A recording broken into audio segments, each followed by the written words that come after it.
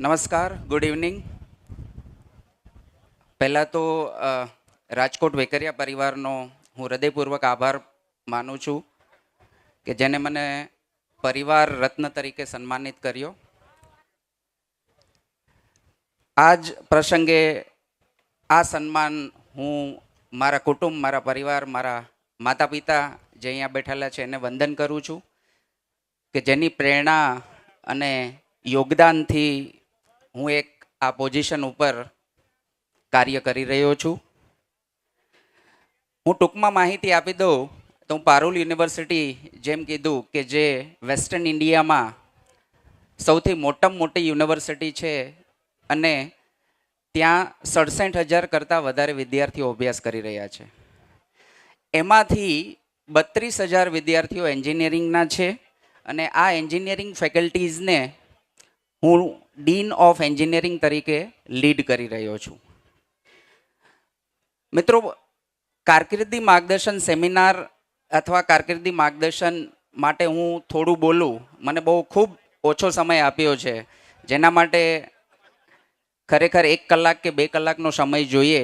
તો મેં પરિવારના મિત્રોને એવી એક રજૂઆત કરી છે કે 10th અને 12thની એક્ઝામ પતી ગઈ છે, તો આપણે 15-20 દિવસ પછી એક સંપૂર્ણ કારકિર્દી માર્ગદર્શન માટે આયોજન કરીશું, જેમાં 10 અને 12ના વિદ્યાર્થીઓને આપણે બોલાવી અને કારકિર્દી માર્ગદર્શન ઉપર આપણે એને માહિતગાર કરીશું.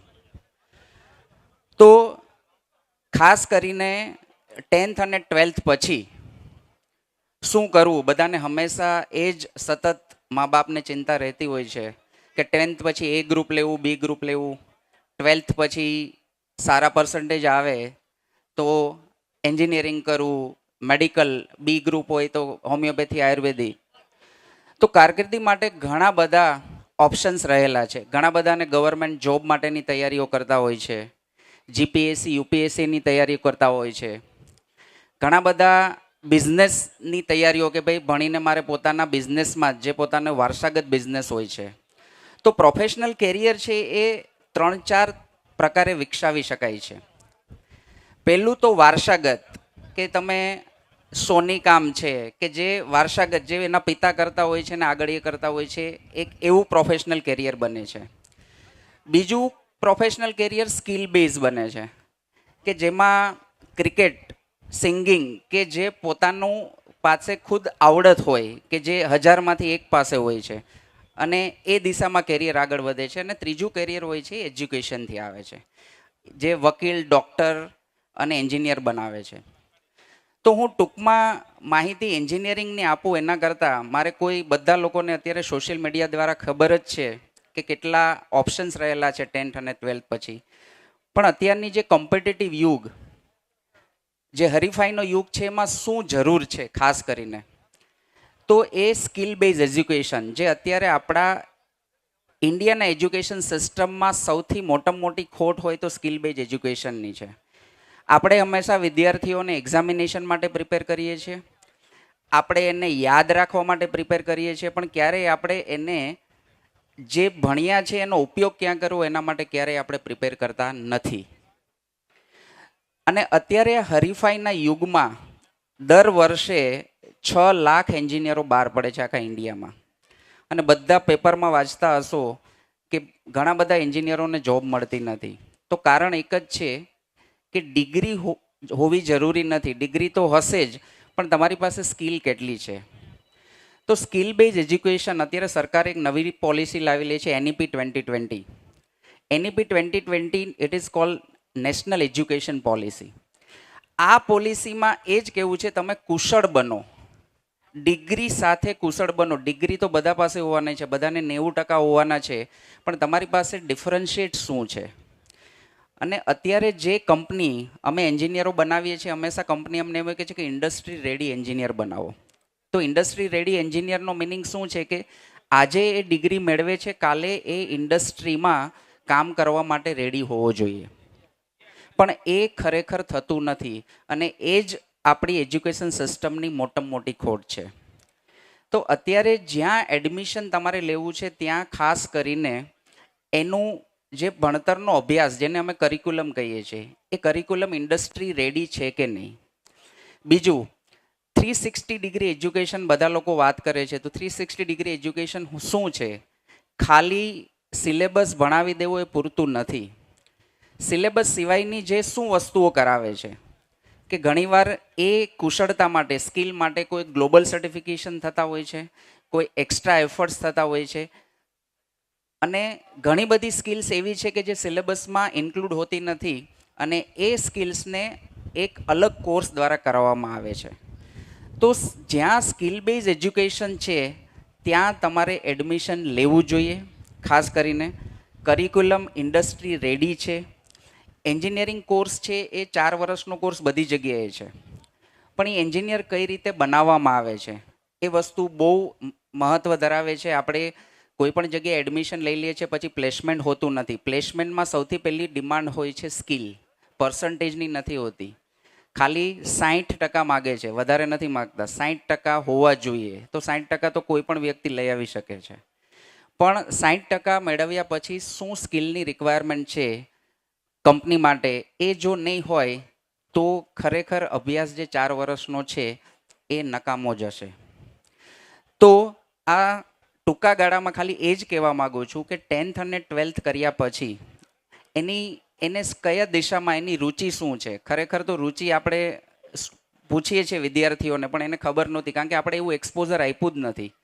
1 થી 10 ધોરણમાં મા બાપે શું કર્યું છે, ખાલી એક્ઝામિનેશન સિસ્ટમ ઓરિએન્ટેડ જ ભણાવ્યા છે. ક્યારે એને એવું એક્સપોઝર આપ્યું જ નથી કે મારે શું કરવું છે. અને અત્યારે એટલી બધી ઓપોર્ચ્યુનિટી રહેલી છે. તમે ડિફેન્સ સેક્ટરમાં વાત કરો તો ડિફેન્સ સેક્ટરમાં એરોનોટિકલ એન્જિનિયરિંગ છે તો એક અનટચ બ્રાન્ચ છે, કોઈ લોકોએ જોઈએ જ નથી. કહી શકે એરોનોટિકલ, બધા અત્યારે કમ્પ્યુટર એન્જિનિયરિંગ સાઈડ આગળ વધ્યા છે. કમ્પ્યુટર એન્જિનિયરિંગ સારું જ છે, પણ ઘણી બધી અદ્યતન અને ડાયવર્સિફાઈડ બ્રાન્ચો છે કે જે અનટચ છે, જેમાં આપણે સારો બિઝનેસ પણ કરી શકીએ છીએ. ડ્રોન ટેકનોલોજીની વાત કરીએ તો અત્યારે ખેડૂતો ડ્રોનનો દવા છંટકાવ માટે કેટલો ઉપયોગ કરે છે, અને લેટેસ્ટ ટેકનોલોજી જે ડ્રોન ટેકનોલોજીમાં છે, અને હંમેશા ટેકનોલોજી વર્ડ છે એ અપગ્રેડેડ વર્ડ છે. તમે કોઈ પણ એપ્લિકેશન મોબાઈલમાં ડાઉનલોડ કરશો તો 15 દિવસ પછી તમને એનું અપડેટ મળશે. એનો મિનિંગ શું થાય? ટેકનોલોજી ક્યારેય કોન્સ્ટન્ટ રહેવાની નથી, અને એ અપડેટ માટે હંમેશા સતત કુશળ એન્જિનિયરોની જરૂર પડશે, અને સ્કિલ બેઝ એન્જિનિયરોની જરૂર પડશે. એવી જ રીતના બાયોમેડિકલ એન્જિનિયરિંગ પણ એવું છે જે અનટચ બ્રાન્ચ છે. મેકાટ્રોનિક્સ છે, બહુ જૂની બ્રાન્ચ છે, પણ લોકો તદ્દન એનાથી અનટચ છે કે મેકાટ્રોનિક્સ શું છે, ખાલી મિકેનિકલ અને ઇલેક્ટ્રોનિક્સનો એક સંગમ છે. પણ એનાથી અત્યારે આઈઓટી, તમારા હોમ એપ્લાયન્સની વાત કરીએ તો ઓટોમાઇઝ હોમ સિસ્ટમ, તમારી કાર છે એ આખી ઓટોમેટિક થઈ ગઈ છે. Internet connectivity, everything you can control from mobile application. તો આ બધી વસ્તુઓ માટે એક મેકાટ્રોનિક્સ એન્જિનિયરની જરૂર પડશે. સેમ હેલ્થ સેક્ટરમાં તમે બધી મશીનરીઝ જોવો છો, સિટી સ્કેન મશીનથી લઈને હાર્ટ રેટ કે આઈસીયુમાં બધી મશીનરીઝ છે, તો એ કોઈ ડૉક્ટરો બનાવતા નથી, એ એન્જિનિયરો જ બનાવે છે. અને કોઈ પણ મશીનરી એક એન્જિનિયરથી નથી બનતી, કમ્પ્યુટરથી નથી બનતી, ખાલી ઇલેક્ટ્રોનિક્સ એન્જિનિયરથી નથી બનતી, કે નથી મેકાટ્રોનિક્સથી બનતી. હંમેશા મલ્ટીડિસિપ્લિનરી કન્સેપ્ટથી જ કોઈ પણ ઇન્સ્ટ્રુમેન્ટ્સનો આવિષ્કાર થાય છે. તો ખાસ કરીને આ બધી બ્રાન્ચો પણ એક્સપ્લોર કરો. 10 અને 12ની એક્ઝામ થયા પછી તમારા સન અથવા ડોટરને એક અત્યારે ટેકનોલોજી યુગમાં શું ચાલી રહ્યું છું એને એક જાણવા માટેનો પ્રયાસ કરો. એને તમે ફોર્સ ના કરો કે તમારે અહીંયા જ જવાનું છે, તારે આ જ યુનિવર્સિટીમાં એડમિશન લેવાનું છે, તારો ફ્રેન્ડ અહીંયા ગયો તો અહીંયા જ જવાનું છે. તમારી પાસે 2 મહિનાનો ટાઈમ છે, અને આપણી ગુજરાતમાં 110 યુનિવર્સિટી છે. અને બીજી વસ્તુ પરિવારને એ કહેવાની છે કે તમારા બાળકોને કમ્ફર્ટ ઝોનમાંથી બહાર કાઢો. રાજકોટમાં જ એડમિશન લેવું છે એવું ના કરો. સારા માર્ક્સ હોય ગુજરાતમાં જ લેવું છે એવું ના કરો. ઇન્ડિયામાં ઘણી બધી યુનિવર્સિટીઓ સારી છે, ત્યાં તમે સારા માર્ક્સ હોય અથવા એને જવું છે તો જવા દેજો. અને ખાસ પરિવારની એવી જ ઈચ્છા હોય છે કે મારો છોકરો અને છોકરી મારા નજર સામે રહે, પણ એવું હોતું નથી. તમે કમ્ફર્ટ ઝોનમાંથી બહાર જવા દેશો, હોસ્ટેલમાં એને રહેવા દેશો, તો ઘણી બધી વસ્તુ એને જીવનમાં શીખવા મળશે.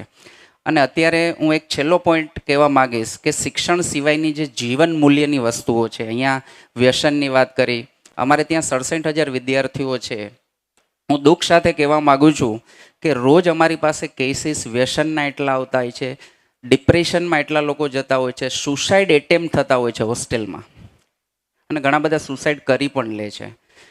એટલે જીવન મૂલ્યની જે વસ્તુઓ છે ને એક અનટચડ છે કે આપણે શીખવી જ નથી ક્યારેય. અને જે NEP 2020માં અમે દરેક સેમેસ્ટરમાં એક સબ્જેક્ટ મૂક્યો છે જે જીવન મૂલ્ય શીખવાડે છે કે ઇથિકલ નોન ઇથિકલ વસ્તુ શું છે. અત્યારે બાળક એટલું બધું આગળ કોઈ એક ક્રાઇમમાં જતું રહે છે, ઓનલાઈન ગેમ્બલિંગ છે, ક્રિકેટના સટ્ટા એટલા બધા ખેલાય છે, તો ક્યારેક એટલું બધું આગળ વધી જાય છે ત્યારે એને ખબર પડે છે કે હું ખોટું કરી રહ્યો છું.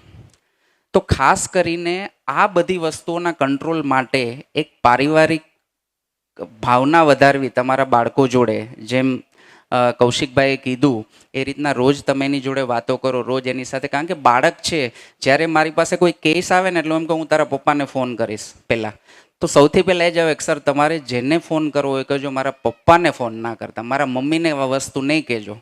એ ક્યારે એ વસ્તુ શું કામ એમ થાય છે કે એટલો એ બધો ડરી ગયો હોય છે એના મમ્મી પપ્પાથી કે ક્યારે એવું નથી કે વાત કરી શકે, ભલે નાની વાત પણ હોય.